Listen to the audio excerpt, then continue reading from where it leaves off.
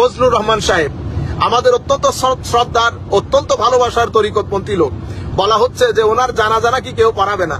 আমি ফজলুর রহমান ভাইয়ের প্রতি শ্রদ্ধা রেখে বলছি, আপনারা যারা আমার এই মেসেজ শুনছেন দয়া করে ওনাকে পৌঁছিয়ে দেবেন।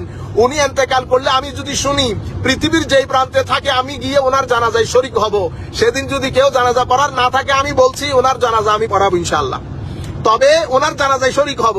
সুতরাং চিন্তার কোনো কারণ নাই। আমরা স্যালুট করি আপনাকে শুধু একটা কারণে, আপনি সত্যি কথাটা টিভির মধ্যে তুলে ধরেছেন যে এদেশে ইসলাম কারা প্রচার করেছে, এদেশে ইসলাম কাদের মাধ্যমে প্রচারিত হয়েছে।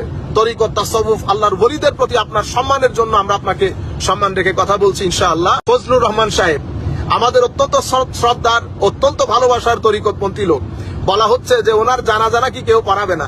আমি ফজলুর রহমান ভাইয়ের প্রতি শ্রদ্ধা রেখে বলছি, আপনারা যারা আমার এই মেসেজ শুনছেন দয়া করে ওনাকে পৌঁছিয়ে দেবেন।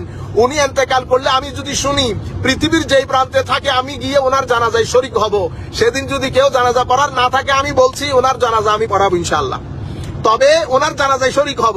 সুতরাং চিন্তার কোনো কারণ নাই। আমরা স্যালুট করি আপনাকে শুধু একটা কারণে, আপনি সত্যি কথাটা টিভির মধ্যে তুলে ধরেছেন যে এদেশে ইসলাম কারা প্রচার করেছে, এদেশে ইসলাম কাদের মাধ্যমে প্রচারিত হয়েছে। তরিকত, তাসাউফ, আল্লাহর ওলিদের প্রতি আপনার সম্মানের জন্য আমরা আপনাকে সম্মান রেখে কথা বলছি ইনশাআল্লাহ।